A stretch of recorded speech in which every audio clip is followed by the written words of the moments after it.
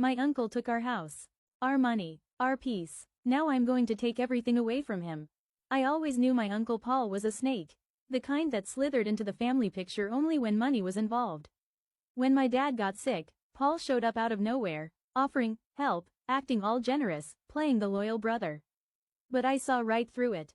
He was circling like a vulture, waiting. After my father passed, we found out the will had been changed. Everything, our house, the savings, even my mom's jewelry, went to Uncle Paul. I stood there with the lawyer, stunned.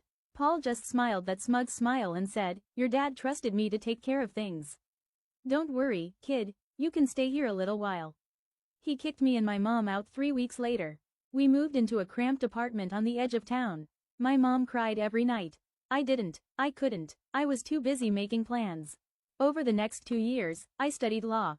Quietly, obsessively, I found every record, every signature, every document my dad had ever signed.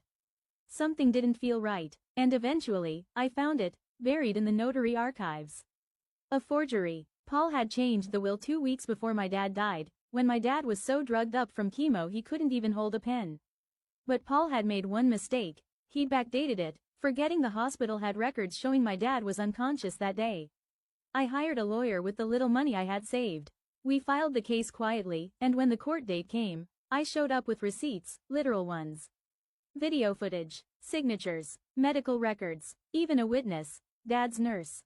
Paul tried to lie, but the judge wasn't buying it.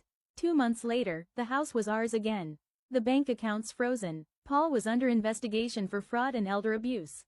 And me? I walked back into the living room he stole from us, sat on the couch my dad loved, and finally smiled.